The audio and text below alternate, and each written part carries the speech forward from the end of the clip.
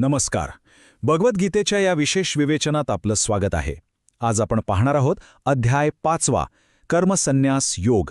हा अध्याय म्हणजे श्रीकृष्ण आणि अर्जुन यांच्यातला एक असा विलक्षण संवाद आहे जो आपल्याला खऱ्या स्वातंत्र्याचा मार्ग दाखवतो. चला तर मग हा गहन विचार सोप्या भाषेत समजून घेऊया. कल्पना करा, कुरुक्षेत्राचं ते भव्य रणांगण आणि तिथे उभा आहे अर्जुन, जो एका प्रचंड वैचारिक गोंधळात सापडला आहे.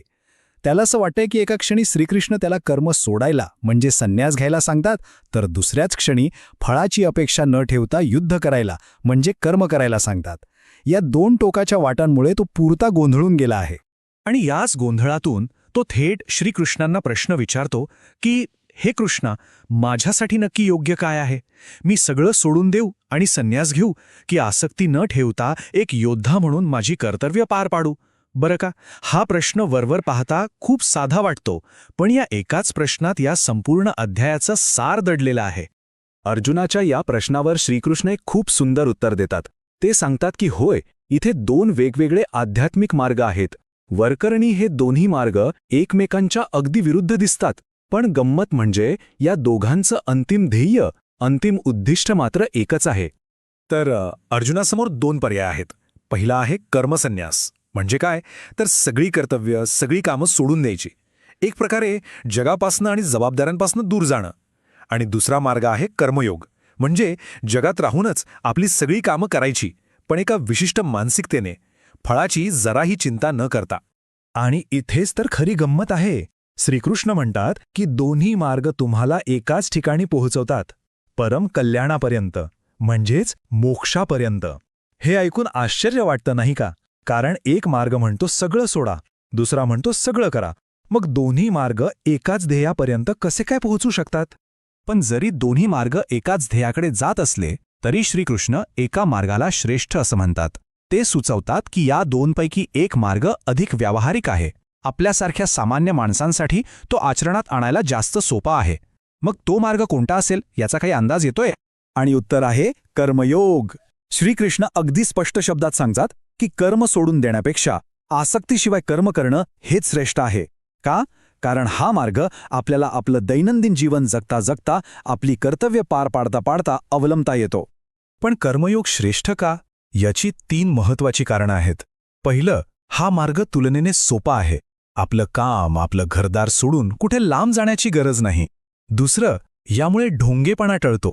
आणि तिसरं, आपण आपली कर्तव्य योग्य प्रकारे पार पाडली की त्याने समाजाचंही भलं होतं. आता आपण या अध्यायाच्या अगदी मूळ गाभ्याकडे, त्याच्या हृदयाकडे आलो आहोत. इथे श्रीकृष्ण एक क्रांतिकारी विचार मांडतात. ते संन्यास या शब्दाची व्याख्याच बदलून टाकतात. आपण ज्याला वरवरचा संन्यास समजतो तो खरा संन्यास नाहीच. तर मग खरा संन्यासी कोण? तो नाही जो फक्त भगवी वस्त्र घालून फिरतो. खरा संन्यासी तो आहे ज्याच्या मनात ना कोणाबद्दल द्वेष आहे, न कशाची आसक्ती किंवा तीव्र इच्छा आहे, जो सुखदुःखाच्या पलीकडे गेलाय. म्हणजे संन्यास हे कपडे बदलणं नाही, तर मनस्थिती बदलणं आहे. ही एक आतून येणारी गोष्ट आहे. हेच ते वाक्य आहे जे आपल्याला अगदी पक्क लक्षात ठेवायचंय. कर्मांचा त्याग नाही, कर्मफळाचा त्याग. म्हणजे आपलं काम थांबवायचं नाहीये, उलट ते पूर्ण समर्पणाने करायचंय. फक्त त्याच्या निकालाशी, त्याच्या यश अपयशाशी स्वतःला भावनिकदृष्ट्या जोडायचं नाही. आणि हे समजावण्यासाठी श्रीकृष्ण एक अतिशय सुंदर उदाहरण देतात. कमळाच्या पानाचं. विचार करा, कमळ चिखलात उगवतं, दिवसरात्र पाण्यावर तरंगतं, पण पाण्याचा एक थेंबही त्याला चिकटत नाही. ते पूर्णपणे अलिप्त राहतं. अगदी तसंच आपल्याला या जगात राहायचंय, पण इथल्या मोहांना स्वतःवर हवी होऊ द्यायचं नाही. जेव्हा एखादी व्यक्ती असं अलिप्त राहून कर्म करायला शिकते, तेव्हा तिची जगाकडे बघण्याची दृष्टीच पूर्णपणे बदलून जाते. तिला एक विशेष दृष्टी प्राप्त होते, ज्याला गीतेत समदृष्टी असं म्हटलं आहे. काय आहे ही समदृष्टी? चला पाहूया.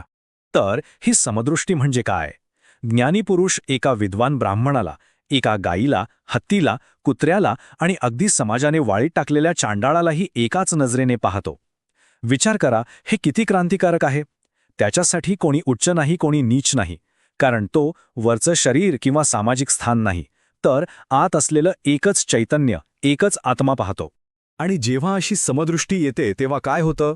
मन शांत होतं, बुद्धी स्थिर होते. मग आयुष्यात काही चांगलं घडलं की फार हुरळून जायला होत नाही, आणि काही वाईट घडलं की खचून जायला होत नाही. आजच्या भाषेत ज्याला आपण इमोशनल बॅलन्स किंवा इमोशनल स्टेबिलिटी म्हणतो, तोच हा खरा समभाव आहे. तर आसक्ती सोडून कर्म करणं, त्यातून समदृष्टी मिळवणं, या सगळ्या प्रवासाचं अंतिम ध्येय काय आहे? यातून मिळतं तरी काय? याचं उत्तर आहे परमशांती. पण ही अवस्था मिळते कशी? श्रीकृष्ण या अंतिम अवस्थेला ब्रह्मनिर्वाण म्हणतात. ही परमशांतीची आणि मुक्तीची अवस्था आहे जी जिवंतपणे अनुभवता येते. जेव्हा एखादी व्यक्ती राग, द्वेष आणि सर्व प्रकारच्या भौतिक इच्छांच्या पलीकडे जाते, तेव्हा तिचं मन परमात्म्याशी एकरूप होतं. तिला याच जीवनात आत्मसाक्षात्कार होतो आणि ती मुक्त होते. तर या संपूर्ण अध्यायाचं सार एका वाक्यात सांगायचं झालं तर ते असं आहे: खरं स्वातंत्र्य म्हणजे जबाबदाऱ्यांपासून पळून जाणं नाही. खरं स्वातंत्र्य म्हणजे आपली सर्व कर्म, आपली सगळी कर्तव्य पूर्ण कौशल्याने आणि आनंदाने पार पाडणं, पण त्यांच्या परिणामांना न चिकटता त्यांच्यापासून अलिप्त राहून. आणि हा विचार घेऊनच आपण आज थांबूया. आपण आपल्या रोजच्या जीवनात, मग ते आपलं ऑफिसमधलं काम असो, घर असो किंवा आपले नातेसंबंध असोत, या अनासक्त कर्माचा सराव कसा करू शकतो? छोट्या छोट्या गोष्टींमध्ये फळाची अपेक्षा न ठेवता फक्त आपलं सर्वोत्तम देण्याचा प्रयत्न कसा करता येईल यावर नक्की विचार करा.